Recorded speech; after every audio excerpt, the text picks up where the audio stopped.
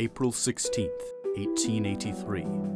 The Civil War has torn the nation asunder, leaving thousands homeless, penniless, and hopeless. Under insurmountable odds, a nation turns its broken eyes to one man.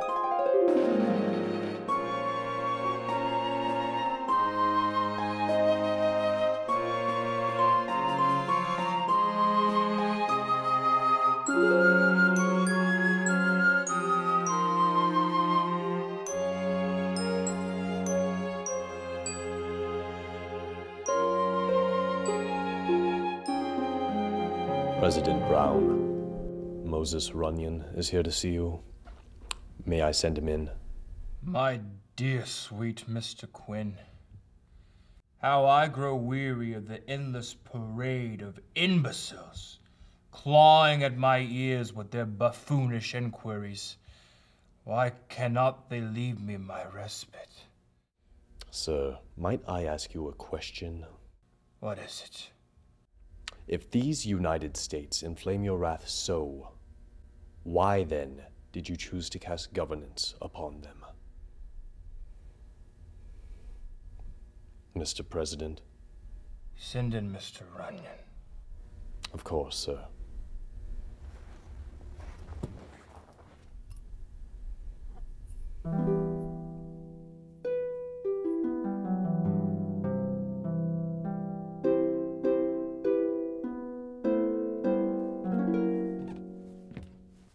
Farnsworth, I need you to go to the shed. Them hens need stacking. Well, I can't, Father. I'm reading. Son, can you eat a book? No. Can you drink a book? No, Pa. Can you ride a book into town and pick up rhubarb seeds from old Mr. Crysdale? No, sir, you can't. Then in the name of our Heavenly Father, what good is a book?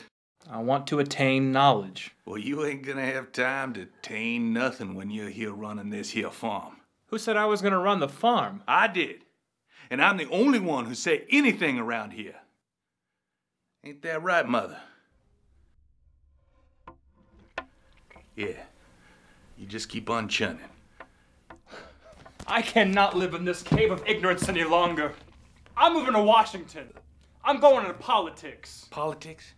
Son, everybody knows just a fancy French word for sticking your head up your ass. Oh, you are wrong, Father. I am right! A pox on thee, Father! I am leaving, never to return. Fine. You're gone, you ungrateful sass mouth. Keep that butter flowing, woman. President Brown. Mr. Runyon? Good to see you, Mr. Brown. Likewise. Do you mind if I light up a cigar? Actually, I'd rather you didn't. We wouldn't want the White House to burn down again. Safety first, eh, Mr. Brown? Yes. So, how's the missus? Supple as ever. Wonderful. And how are things in the world of molasses? Well, that's exactly why I'm here, Mr. Brown. I wanted to see about you easing off those mean old tariffs. I've already reduced them twice this year. Then it should be simple to turn twice into thrice. Runyon, I've already cut you so much slack. One more slack cut and you'll live like a king. Correction, Mr. Brown. We'll live like a king. You see, Mr. Brown, I've arranged a little press conference for this Thursday. Every newspaper in the country gonna be there, all 8 of them. And if you tell them press folk that mean old Joe Tariff needs to stop ganging up on sweet little Joe Molasses, you'll be singing to the sweet tune of $900. The people wants their molasses, Mr. Brown. I wants 'em to get it. Joe Briefcase here wants 'em to get it. Say the word, and they gets it. And if I refuse? Well, then we have ways of dealing with the situation.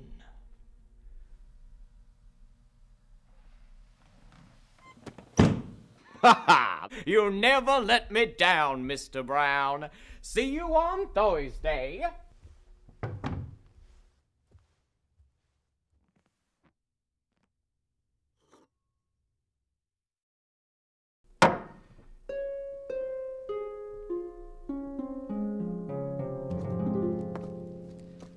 Fordsworth?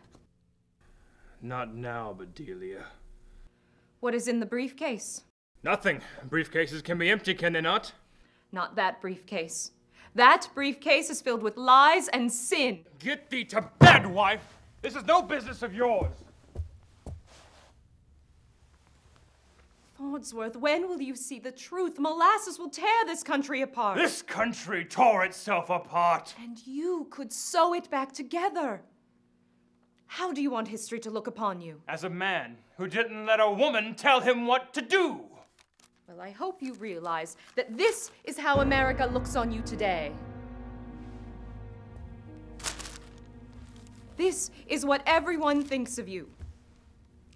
And that includes me. You will think what I tell you to think. When I tell you to think.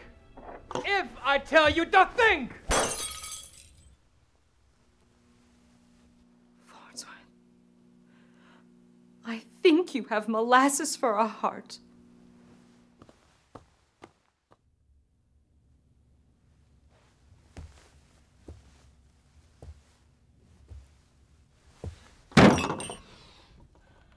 I am a monster. You're no monster, Mr. Brown. You're a man. And a man can pick himself up when he is down. Get out of here, old man! This is my office, not yours! Ah, but it was mine. Once. Martin Van Buren? But you died 17 years ago. Of cholera. It's true. I am very much deceased, but it seems the stench of corruption has awoken me from my eternal slumber. In my time, such a roustabout as Moses Runyon would have been booted clean out of Washington. In your time, being president was as simple as skipping stones across a creek. Mr. Brown, you forget the many obstacles during my presidency. Obstacles like the Huntington Tariff, the Baines-Whitley affair, and lest we forget the happenstance of 1838. You speak only in truths. The history of this God-forsaken country is as long and harrowing as the Chesapeake River. Oh. How dare you speak of America in such a tone? Why, America is the least God-forsaken land of them all! From the rustle and bustle of New Orleans to the hustle and bustle of New York City, the spirit of liberty is everywhere you look. But when I look into a mirror, all I see is a sorry excuse for man, powerless to stop the waves of poverty and debauchery from crashing upon this country with the might of Poseidon. I am but one man, Martin Van Buren. What am I to do? Don't you see? One man is all that has ever made a difference. Simply thumb through the pages of our history, and you'll see a simple seaman guiding 3 small boats across an endless ocean. You'll see a hot-blooded Southern boy winning the War of 1812 and later becoming President Andrew Jackson. None of these men had a leg to stand on or a lick of sense, but what they did have was a dream. A dream called the American Dream. Above all else, Mr. Brown, you must never fail to dream. The dream called the American Dream. Good day, President Brown. Martin Van Buren, wait! Come back! Martin Van Buren! Don't go away, Mr. President. Is everything all right, sir? Quinn, get me to a train at once. Where to, sir? Great Fork, Maryland.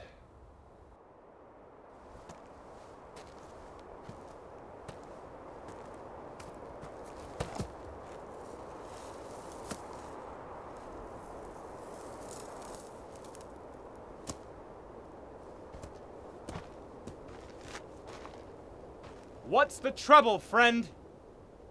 Are you blind, man? I've lost everything! You know, a great man once told me that a man can pick himself up when he is down. Son?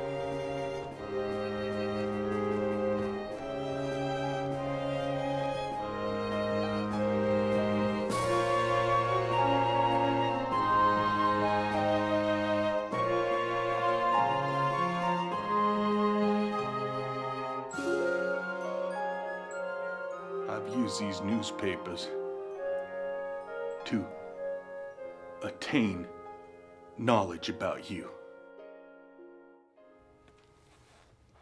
What of my mother?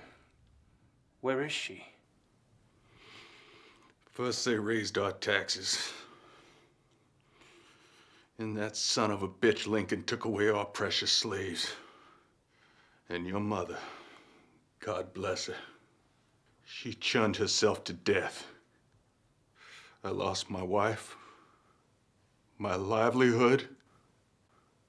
I lost.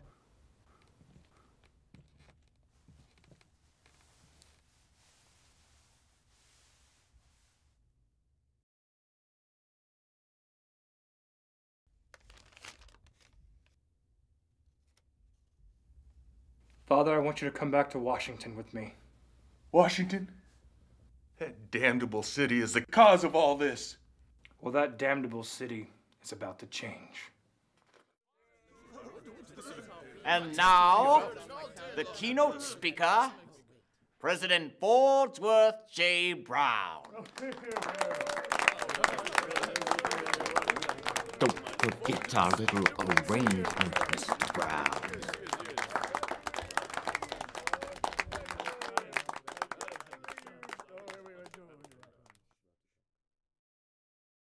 Distinguished gentlemen of the press, we are living in a nation sliding rapidly down the slope of change.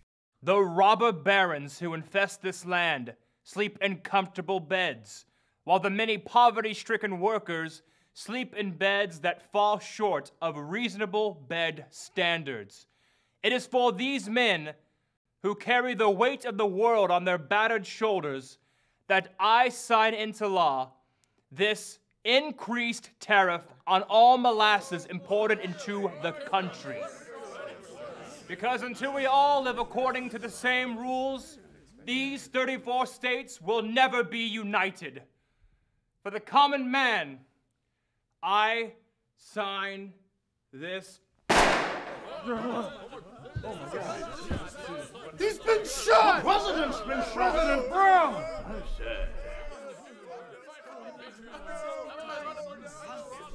Oh, Fordsworth. I never stopped loving you.